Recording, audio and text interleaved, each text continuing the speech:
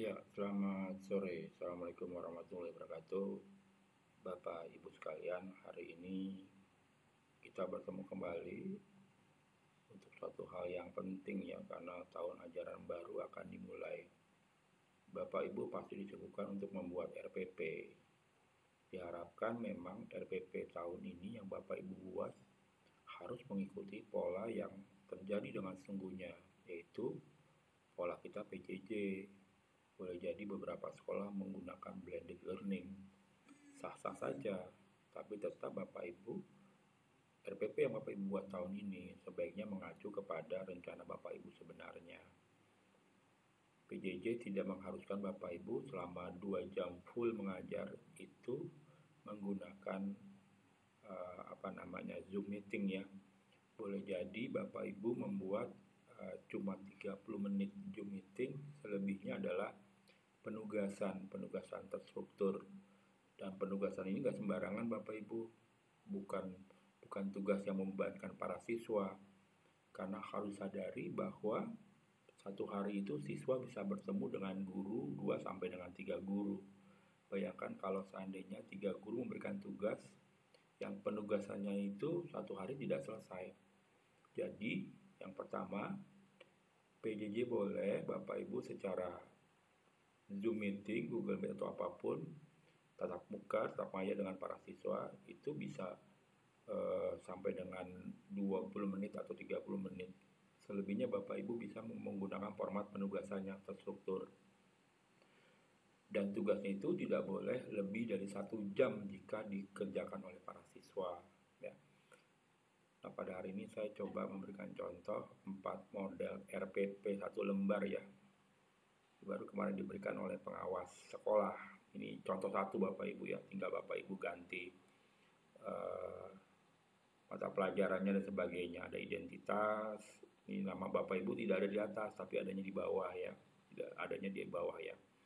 Ini ada satuan pendidikan, mata pelajaran, kelas, semester, materi pokok, alokasi. Masih memanfaatkan kurikulum 2013 yang menunjukkan adanya kompetensi dasar dan indikator pencapaian kompetensi. Bapak Ibu tinggal copy saja.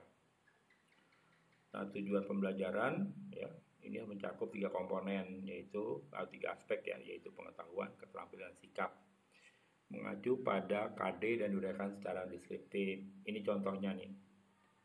Memahami konsep dasar bernyanyi satu suara dan menyanyikan satu lagu satu suara secara berkelompok, serta selalu menjaga kesopanan, tekun, teliti, dan dapat bekerja sama dalam beraktivitas. Ini sudah masuk pengetahuan, keterampilan, dan sikap ya. Memahami konsep itu pengetahuan, menjaga kesopanan itu sikap ya, menyanyikan lagu satu secara berkelompok itu keterampilan ya, satu suara secara berkelompok itu keterampilan. Jadi tujuan pembelajarannya harus masuk pengetahuan, keterampilan, dan sikap. Setelah itu ada pendekatan model dan metode pembelajaran ya. Bapak Ibu silakan mengisi saja mana yang kan Bapak Ibu setelah pendekatan yang saintifik dan STEAM yang Bapak Ibu menuliskan bisa problem based, bisa apalagi discovery learning ya. Kebanyakan Bapak Ibu discovery learning ya, mencari sesuatu ya, silakan saja. Nah, ini ada kegiatan pembelajaran Bapak Ibu, bisa polanya yang berbeda rata-rata di sini Bapak Ibu, di bagian kegiatan pembelajaran ada pertemuan 1, pertemuan 2. Nah, kalau kita lihat deskripsinya, ini sudah menjelaskan satu kegiatan penting saja ya, pertemuan 1, pertemuan 2, pertemuan 3, pertemuan 4, pertemuan kesekian, padahal KD-nya cuma 1. Jadi KD yang 1 ini bisa ini 4 kali pertemuan nih, alokasi 4 kali pertemuan, berarti ruangan ini hanya 4. Deskripsinya adalah menonton video observasi tentang konsep dasar bernyanyi secara berkelompok, mendiskusikan dalam kelompok tentang konsep, menganalisis teknik pernapasan. Nah, ini semuanya menggunakan kalimat kata kerja ya, karena memang itu yang dikerjakan, yang dilakukan oleh para siswa. Seperti itu Bapak Ibu, alokasi waktunya silakan saja. Kalau memang menggunakan format PJJ-nya 30 menit tatap muka, tulis 30 menit tatap muka, selebihnya penugasan ya. Berikutnya adalah asesmen. Asesmen itu atau penilaiannya terbagi 3, ada sikap, pengetahuan, keterampilan ya. Ini Misalnya menunjukkan sikap tekun teliti. Sini sudah keluar sikap itu di mana? Di tujuan pembelajaran kan. Menjaga kesopanan, tekun teliti, ya, bekerjasama dalam beraktivitas dan dapat. Nah, ini masih masih tipe tulisannya nih. Pengetahuan mengapa teknik pernapasan penting dalam menyanyikan lagu. Nah, Bapak Ibu sekalian, pada RPP yang sekarang ini diharapkan karena anak-anak PJJ, Bapak Ibu diharapkan soal asesmen pengetahuannya tidak yang bisa langsung dilihat di Google ya. Jadi disarankan sih setiap anak bisa mempunyai jawaban masing-masing, karena ini lagi-lagi bukan hanya mengambil di Google ya, bisa melalui pengetahuan dia sendiri, yang pasti tidak kopas lah Bapak Ibu ya. Ini keterampilan ya, menyanyikanlah lagu dengan teknik pernapasan berkelompok. Ini kan nanti di kegiatan di kelas ya. Ini format 1 Bapak Ibu ya, ini format 1. Saya coba lihat ke format 2. Nah, ini bagian kedua, saya perbesar dulu. Ini yang kedua Bapak Ibu ya, hampir mirip ya, tapi dia bedanya di nomor 2, di kompetensi dasar dan indikator pencapaian kompetensi. Formatnya seperti ini dia. Kalau tadi kan menurut ke bawah ya, ini dibuat kolom ya, kolom KD, kolom IPK sama level. Mungkin Bapak Ibu yang senang menggunakan memanfaatkan level ya, silakan saja. Levelisasi ini sama tujuannya, mencakup 3 aspek, pendekatan sama.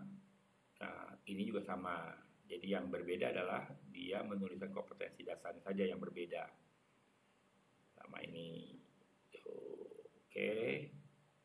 Jadi Bapak Ibu nggak perlu bingung mau pakai format apapun, yang penting menyamankan Bapak Ibu. Ini format ketiga. Sekarang kita lihat format kedua, kita format ketiga. Format ketiga ini Bapak Ibu. Format ketiga apanya yang berbeda? Kebesaran Bapak Ibu, sebentar saya kecilin dulu. Oops. Oke. Ini format ketiga Bapak Ibu. Ya. Format ketiga. Oke.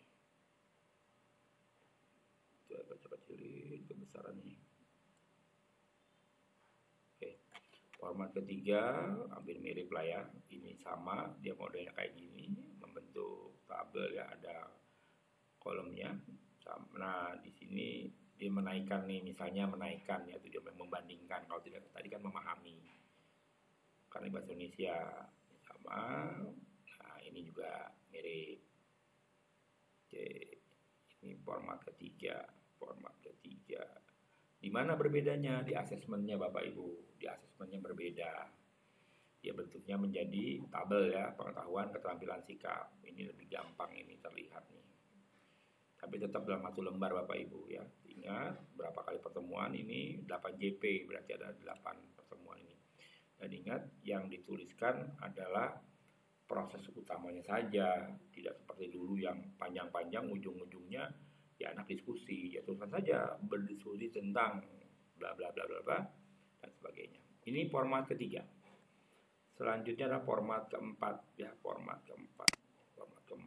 Ini format keempat. Oke, ini sama modelnya. Turun ke bawah ya, kalau tadi ada kotaknya, ini nggak pakai kotak. Asesmen seperti ini dikosongkan. Jadi silakan saja Bapak Ibu, ini hanyalah alat ya untuk gimana caranya pembelajaran dilakukan dengan sebaik-baiknya. Tapi ingat di masa PJJ ini masih banyak anak terkendala oleh gadget ya, oleh laptop dan sebagainya. Yang kedua, kita berharap kejujuran masih menjadi hal yang utama buat siswa ya. Oleh karenanya diharapkan asesmennya itu esai ya Bapak Ibu. Saya yakin Bapak Ibu mampu untuk membuatnya. Esainya banyak-banyak, 2 atau 3 soal saja yang menantang ya, bukan soal esai yang kopas ya. Dia nanya di Brainly, nanti keluar lagi ya, keluar jawabannya.